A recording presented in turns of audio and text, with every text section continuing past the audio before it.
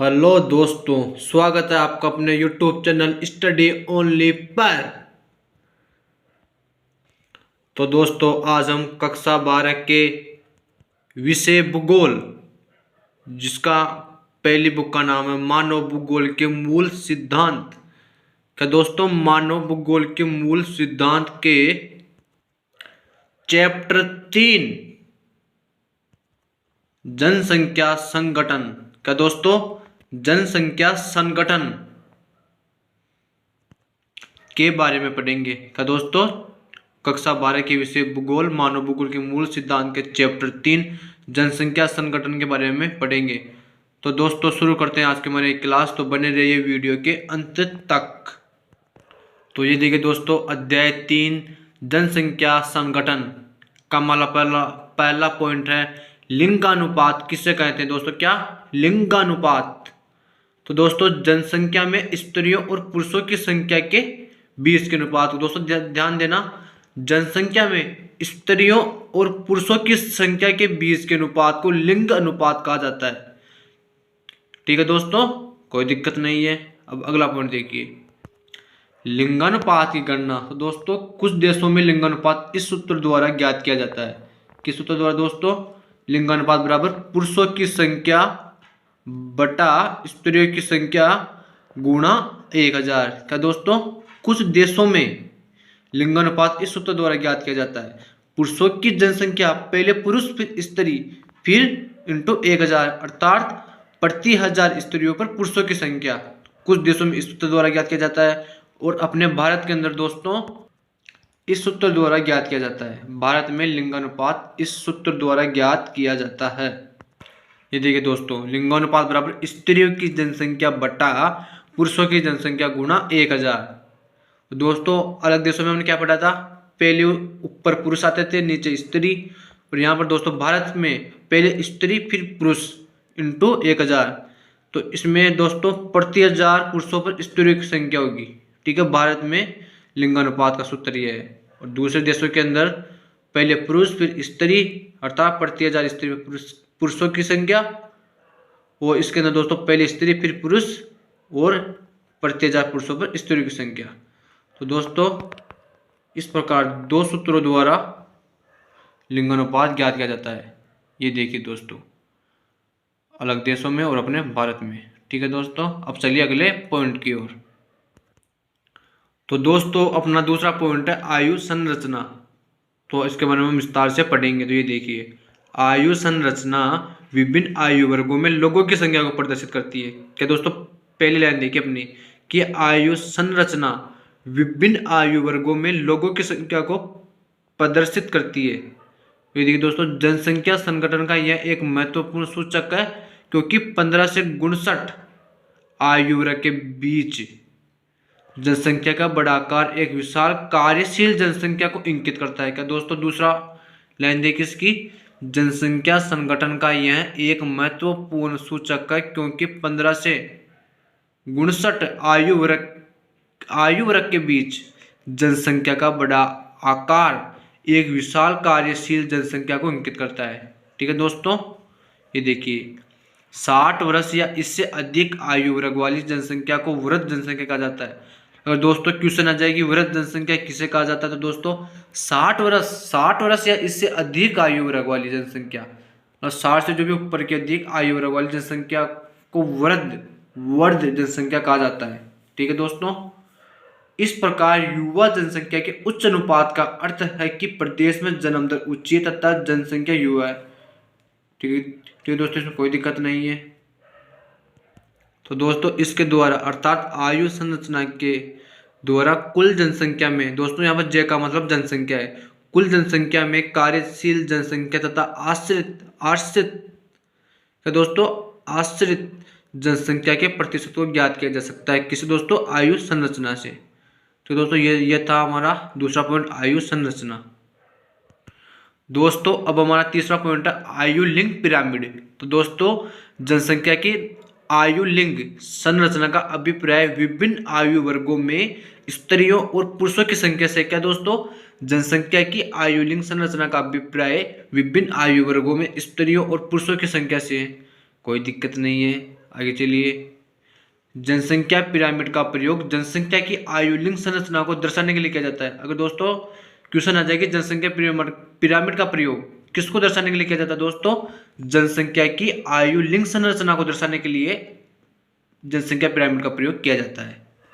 देखिए दोस्तों, जनसंख्या पिरामिड की आकृति जनसंख्या की विशेषताओं को परिभाषित करती है। क्या दोस्तों, जनसंख्या पिरामिड की आकृति जनसंख्या की विशेषताओं को परिभाषित करती है।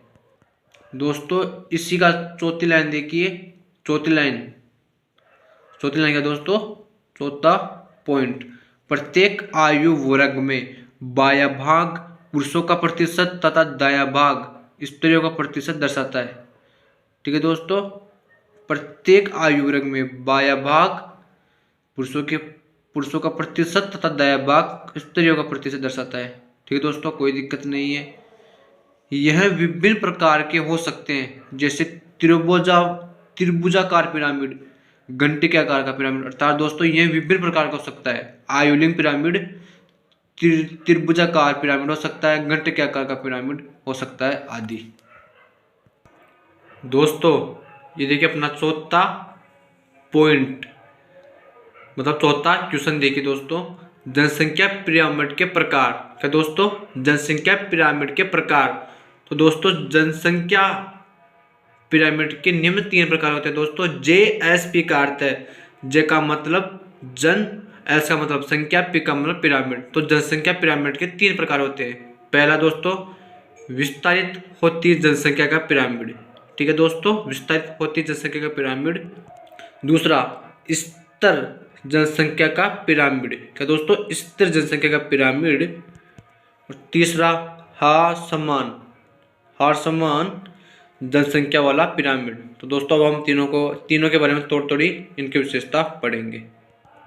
तो दोस्तों अपना जनसंख्या पिरामिड का 3 प्रकार होते हैं। तो पहला पिरामिड हमारा विस्तारित होती जनसंख्या का पिरामिड। तो दोस्तों नाइजीरिया का आयुलिंग पिरामिड विस्तृत आकार वाला त्रिभुजाकार पिरामिड है, जो कि अल्प विकसित देशों का प्रतिरूपी है। क्या दोस्तों, विस्तारित होती जनसंख्या का पिरामिड में नाइजीरिया का आयुलिंग पिरामिड विस्तृत आकार वाला त्रिभुजाकार पिरामिड है, जो कि अल्प विकसित देशों का प्रतिरूपी है। ठीक है दोस्तों, अब जनसंख्या पिरामिड का दूसरा प्रकार देखिए, स्तर जनसंख्या का पिरामिड। ऑस्ट्रेलिया का आयुलिंग पिरामिड यह दर्शाता है कि जन्म दर और मृत्यु दर लगभग समान है, जिसके परिणाम स्वरूप जनसंख्या स्थिर हो जाती है। क्या दोस्तों, ऑस्ट्रेलिया का आयुलिंग पिरामिड यह दर्शाता है कि जन्म दर और मृत्यु दर लगभग समान है, जिसके परिणाम स्वरूप जनसंख्या स्थिर हो जाती है। ठीक है दोस्तों, कोई दिक्कत नहीं है। आगे चलिए दोस्तों, अपना तीसरा जनसंख्या पिरामिड का प्रकार है हार समान जनसंख्या वाला पिरामिड। जापान के पिरामिड का संकीर्ण। क्या दोस्तों, जापान के पिरामिड का संकीर्ण आधार और शुंडाकार शीर्ष निम्न जन्म दर और मृत्यु दर को दर्शाता है। ठीक है दोस्तों, ये थी हार समान जनसंख्या वाला पिरामिड की विशेषता। तो दोस्तों ये पॉइंट हमारे कंप्लीट हो गया जनसंख्या पिरामिड के प्रकार। अब चलिए अगले 5वें क्वेश्चन की ओर। दोस्तों अपना 5वां क्वेश्चन है, ग्रामीण तथा नगरीय जनसंख्या का संगठन बताइए। तो दोस्तों ग्रामीण तथा नगरीय जनसंख्या का विभाजन निवास के आधार पर किया जाता है। दोस्तों पहली लाइन हमारी ये होगी कि ग्रामीण तथा नगरीय जनसंख्या का विभाजन निवास के आधार पर किया जाता है। दोस्तों ग्रामीण लोगों की तथा नगरीय लोगों की आजीविका भी अलग अलग होती है। क्या दोस्तों सही है, ग्रामीण लोगों की तथा नगरीय लोगों की आजीविका अलग अलग होती है। ग्रामीण में अलग होती है वह नगर में अलग होती है। दोस्तों ग्रामीण इलाकों में जनसंख्या का घनत्व भी कम होता है। सही है दोस्तों, ग्रामीण इलाकों में जनसंख्या का घनत्व हमेशा कम होता है। ग्रामीण क्षेत्रों में ज़्यादातर लोग खेती करते हैं एवं पशुपालन करते हैं। आप सभी जानते हैं कि ग्रामीण क्षेत्रों में लोग खेती और पशुपालन करते मिलेंगे। दोस्तों नगरीय क्षेत्रों की जनसंख्या खेती एवं पशुपालन को छोड़कर सभी कार्य करती है। दोस्तों नगरीय क्षेत्रों की जनसंख्या खेती एवं पशुपालन को छोड़कर सभी कार्य करती है, वो खेती एवं पशुपालन नहीं करती है। ठीक है दोस्तों, जैसे नगरीय क्षेत्रों की जनसंख्या व्यापार करती है, गाड़ी चलाना अर्थात गाड़ी चलाती है, सेवाएं प्रदान करना आदि। तो दोस्तों ये था हमारा ग्रामीण तथा नगरीय जनसंख्या का संगठन। ठीक है दोस्तों, अब अगले क्वेश्चन की ओर चलिए। दोस्तों अपना छठा क्वेश्चन है, जनसंख्या संगठन से आप क्या समझते हैं। दोस्तों जनसंख्या संगठन से आशय जनसंख्या की उन सभी विशेषताओं से जिनके द्वारा लोगों को एक दूसरे से अलग किया जा सकता है। क्या दोस्तों, जनसंख्या संगठन से आशय जनसंख्या की उन सभी विशेषताओं से जिनके द्वारा लोगों को एक दूसरे से अलग किया जा सकता है। ठीक है दोस्तों, जैसे आयु, लिंगानुपात, निवास स्थान, साक्षरता, जीवन प्रत्याशा, व्यवसाय आदि। ठीक है दोस्तों अपना सातवां क्वेश्चन है, नाइजीरिया की जनसंख्या का पिरामिड विस्तृत प्रकार का क्यों है। क्या दोस्तों, नाइजीरिया की जनसंख्या का पिरामिड विस्तृत प्रकार का क्यों है। तो दोस्तों नाइजीरिया की जनसंख्या का पिरामिड, दोस्तों एन का मतलब नाइजीरिया, जे का मतलब जनसंख्या, पी का मतलब पिरामिड, अर्थात आयु लिंग पिरामिड विस्तृत आकार वाला पिरामिड है। क्या दोस्तों, नाइजीरिया की जनसंख्या का पिरामिड अर्थात आयुलिंग पिरामिड विस्तृत आकार वाला पिरामिड है। यह आधार पर चौड़ा है तथा शिखर की तरफ कम चौड़ा है। क्या दोस्तों, आधार पर चौड़ा है तथा शिखर की तरफ से कम चौड़ा है। दोस्तों जैसे देखो ये त्रिभुज बन रहा है, आधार पर चौड़ा है दोस्तों, लेकिन शिखर की तरफ देखो कम चौड़ा है, मतलब त्रिभुजाकार है। दोस्तों नाइजीरिया में उच्च जन्म दर के कारण युवा वर्ग के लोगों की संख्या अधिक है, कोई दिक्कत नहीं है। विश्व के प्राय अल्प विकसित देशों में इसी प्रकार का जनसंख्या पिरामिड पाया जाता है। क्या दोस्तों, विश्व के प्राय अल्प विकसित देशों में इसी प्रकार का जनसंख्या पिरामिड पाया जाता है। ठीक है दोस्तों आगे देखिए अपना आठवां पॉइंट, ऑस्ट्रेलिया की जनसंख्या का आयु लिंग पिरामिड घंटाकार क्यों है, बताइए। तो दोस्तों ए का मतलब ऑस्ट्रेलिया और जे का मतलब जनसंख्या, पी का मतलब पिरामिड, मैंने शॉर्ट में लिखा है। ऑस्ट्रेलिया का जनसंख्या पिरामिड घंटे के आकार का है, यह शीर्ष की तरफ शुंडाकार होता है। कि दोस्तों शीर्ष की तरफ शुंडाकार होता है। ऑस्ट्रेलिया में जन्म दर तथा मृत्यु दर एक समान है, जिसके फलस्वरूप जनसंख्या स्थिर हो जाती है। क्या दोस्तों, स्थिर हो जाती है। इस प्रकार यह पिरामिड स्थिर जनसंख्या को दर्शाता है। ठीक है दोस्तों, इसमें कोई दिक्कत नहीं है। दोस्तों अपना नौवां पॉइंट है, जापान का जनसंख्या पिरामिड हार समान क्यों है। क्या दोस्तों, जापान का जनसंख्या पिरामिड हार समान क्यों है। तो दोस्तों जापान के जनसंख्या पिरामिड का आधार संकीर्ण तथा शीर्ष शुंडाकार। दोस्तों जे का मतलब जापान और जे का मतलब जनसंख्या, पी का मतलब पिरामिड। तो दोस्तों जापान का जनसंख्या पिरामिड का आधार संकीर्ण तथा शीर्ष शुंडाकार है। दोस्तों जे का मतलब जापान में जन्म दर तथा मृत्यु दर दोनों ही निम्न है। जनसंख्या वृद्धि शून्य या ऋणात्मक है। क्या दोस्तों, जनसंख्या वृद्धि या तो शून्य है या ऋणात्मक है। इसी कारण जापान का जनसंख्या पिरामिड हार समान है। ठीक है दोस्तों, तो यह था अपना नौवां पॉइंट। दोस्तों हमारा 10वां पॉइंट है, किसी प्रदेश में मिलने वाले निम्न लिंगानुपात के लिए कौन कौन से कारक उत्तरदायी। क्या दोस्तों, ध्यान से देखिए, किसी प्रदेश में मिलने वाले निम्न लिंगानुपात के लिए कौन कौन से कारक उत्तरदायी। दोस्तों उत्तरदायी कारक देखिए, स्त्री भ्रूण हत्या तथा स्त्री शिशु हत्या की अधिक घटनाओं का मिलना है।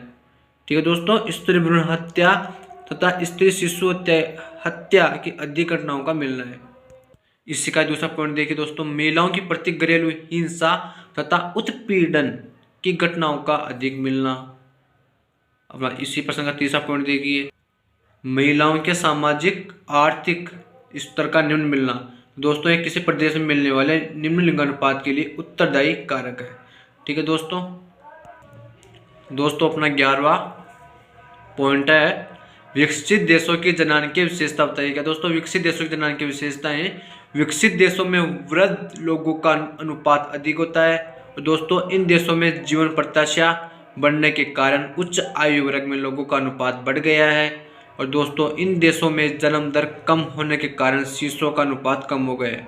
ठीक है दोस्तों, ये थी हमारे विकसित देशों की जनान की विशेषताएं। पहली, विकसित देशों में वृद्ध लोगों का अनुपात अधिक होता है। इन देशों में जीवन प्रत्याशा बढ़ने के कारण उच्च आयु वर्ग में लोगों का अनुपात बढ़ गया है। इन देशों में जन्म दर होने के कारण शिशुओं का अनुपात कम हो गया है। ठीक है दोस्तों। अब दोस्तों इस चैप्टर के हम इम्पोर्टेंट क्वेश्चन देखेंगे। तो दोस्तों हमारा पहला इम्पोर्टेंट क्वेश्चन है, विश्व के विभिन्न क्षेत्रों में लिंगानुपात में विभिन्नताओं के कारण बताइए। दोस्तों विश्व के विभिन्न क्षेत्रों में लिंगानुपात में विभिन्नताओं का कारण, तो ये देखिए दोस्तों इसका उत्तर, विश्व के विभिन्न देशों में, विकासशील देशों में अलग लिंगानुपात होता है और विकसित देशों में अलग लिंगानुपात होता है। ठीक है दोस्तों, विकासशील देशों में अलग लिंगानुपात होता है, विकसित देशों में अलग लिंगानुपात होता है। दोस्तों यह था विश्व के विभिन्न क्षेत्रों में लिंगानुपात में विभिन्नताओं का कारण। दोस्तों ये हमारा प्रश्न देखिए, विश्व में सबसे अधिक लिंगानुपात वाला देश क्या दोस्तों, हमारे तीसरे चैप्टर के ये इम्पोर्टेंट क्वेश्चन है। तो हमारा पहला इम्पोर्टेंट क्वेश्चन है, विश्व में सबसे अधिक लिंगानुपात वाला देश कौन सा दोस्तों, लेटविया। लेटविया के अंदर दोस्तों 100 स्त्रियों पर 85 पुरुष है। क्या दोस्तों 100 स्त्रियों पर 85 पुरुष। दूसरा इंपॉर्टेंट क्वेश्चन देखिए, सबसे कम लिंगानुपात वाला देश कौन सा है दोस्तों, संयुक्त अरब अमीरात। यहाँ पर 100 स्त्रियों पर 311 पुरुष है। अधिक लेटविया 100 स्त्रियों पर 85 पुरुष, कम संयुक्त अरब अमीरात 100 स्त्रियों पर 311 पुरुष। ठीक है दोस्तों। तीसरा इंपॉर्टेंट क्वेश्चन है, भारत में सर्वाधिक साक्षरता वाला राज्य। दोस्तों सर्वाधिक साक्षरता वाला राज्य हमारा केरल है। क्या दोस्तों, केरल। दोस्तों चौथा इंपॉर्टेंट क्वेश्चन है, भारत में सबसे कम साक्षरता वाला राज्य। दोस्तों कम तो बिहार और सर्वाधिक केरल। क्या दोस्तों, सर्वाधिक साक्षरता केवल और कम साक्षरता बिहार। दोस्तों ये देखिए पांचवा इंपॉर्टेंट क्वेश्चन, संयुक्त राष्ट्र संघ द्वारा सूचीबद्ध देशों में लिंग अनुपात स्त्रियों के अनुकूल तथा प्रतिकूल। क्या दोस्तों, अनुकूल कितना है और प्रतिकूल कितना है। दोस्तों अनुकूल अपने 139 देश हैं और प्रतिकूल अपने 72 देश है। क्या दोस्तों, संयुक्त राष्ट्र संघ द्वारा सूचीबद्ध देशों में लिंग अनुपात स्त्रियों के अनुकूल। तो दोस्तों यह था आज का हमारा यह वीडियो, कक्षा 12 की विषय भूगोल के मानव भूगोल के मूल सिद्धांत के चैप्टर 3 जनसंख्या संगठन का पूरा चैप्टर और इसके इम्पोर्टेंट क्वेश्चन। क्या दोस्तों, चैप्टर 3 के जनसंख्या संगठन का पूरा वीडियो और इसके इम्पोर्टेंट क्वेश्चन। ठीक है दोस्तों, अब मिलेंगे अगले वीडियो में। तो दोस्तों हमारे स्टडी ओनली चैनल को लाइक, कमेंट व सब्सक्राइब जरूर करें। थैंक यू, धन्यवाद।